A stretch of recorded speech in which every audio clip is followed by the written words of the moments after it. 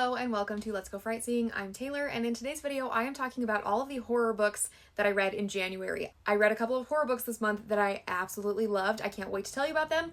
Also, if you want to keep up with me and kind of see these videos as they come out, because this is just a compilation of all the ones I posted throughout the month, you can follow me on TikTok or Instagram, or subscribe here on YouTube. Sometimes I post them on shorts, or you can just wait for the end of the month roundup. I would love to know, what was your favorite horror book that you read in January, and what are you currently reading or looking forward to reading in February? I don't think I have ever read an entire book in one day before Horrorstor by Grady Hendrix. I can't even explain the grip that this book had on me. First of all, the style of it is so fun and so creative. It looks like an Ikea catalog, and that's because it is set in a store called Orsk that is basically like an Ikea.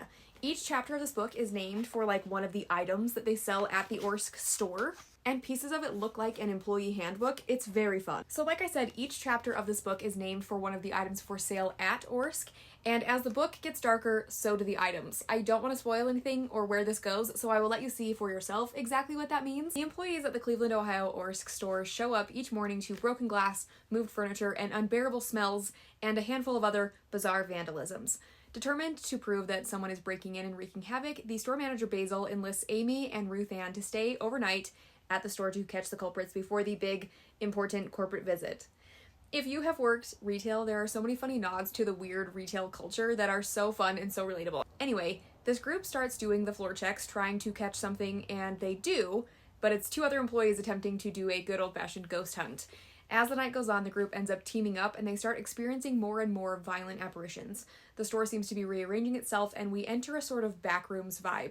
This book is like if the show Superstore and the Saw movies had a really messed up baby. Don't let the pretty cover and light humor fool you. This book is a nightmare and I highly recommend it. Okay, I saw this book on a list of botanical horrors, and now I am so fascinated by that subgenre. Mexican Gothic by Silvia Moreno-Garcia follows a young woman named Noemi who is a multi-dimensional character that I loved reading about.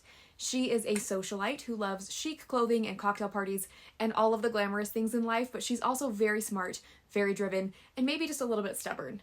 When her family receives a very strange letter from her cousin, her father gives Noemi the task of traveling to High Place, an isolated mansion in the Mexican countryside, to check on her cousin. When she arrives, she finds Catalina in a very distressing state. A young woman who was once vibrant and cheerful seems completely the opposite, often unable to speak, very depressed, and not sleeping. Catalina's husband, Virgil Doyle, insists that their family doctor is taking great care of Catalina. We don't believe him. Noemi disagrees and goes into the nearby town to seek a local doctor. On that trip into town, she hears some very strange rumors about the Doyle family and the mansion where they live. At first, Noemi thinks that the crumbling, stifling mansion is causing her cousin to basically have a mental breakdown, and as she gets to know the Doyle family and the limited staff working in the mansion, she very quickly learns that there is something deeply wrong with this family and the property. She finds herself wanting to run for the hills, but she can't leave Catalina behind. Much like with Catalina, High Place starts to take its toll on Noemi as she starts experiencing terrifying dreams, sleepwalking, and hallucinations. This book is very much a gothic horror. It takes a lot of time building the dread in the atmosphere and is a very gloomy slow burn. I saw a lot of reviews on this book saying that it was boring. It's not boring, it's just gothic horror. It's slow, it's suffocating. The location is a character as much as our actual characters. The villains are horrible, the protagonist is brilliant, and I loved every second of this boring book. Also, I know a lot of us, Nosferatu kind of got us into our gothic horror era.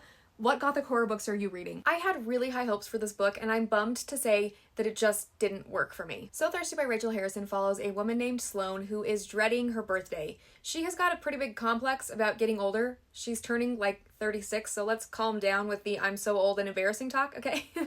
There's a lot of that in this book. Anyways, Sloane has weekend getaway plans with her best friend Naomi, and the two set off for a relaxing weekend at this isolated hotel suite. However, once they get there, Naomi decides to drag Sloane out for a wild night, and the consequences of this evening are eternal. The two friends are turned into vampires by a group of vampires who do their best to take Naomi and Sloane under their wing and to help them navigate this new life as bloodthirsty hotties. There were a lot of things that I did really enjoy about this book. I enjoy Rachel Harrison's writing style. It was a fun twist on a vampire story with kind of a coming-of-age sort of vibe. I read her book Cackle last year and it was one of my top favorites of the year, so I'm definitely not giving up on Rachel Harrison. This book just wasn't my favorite for me personally.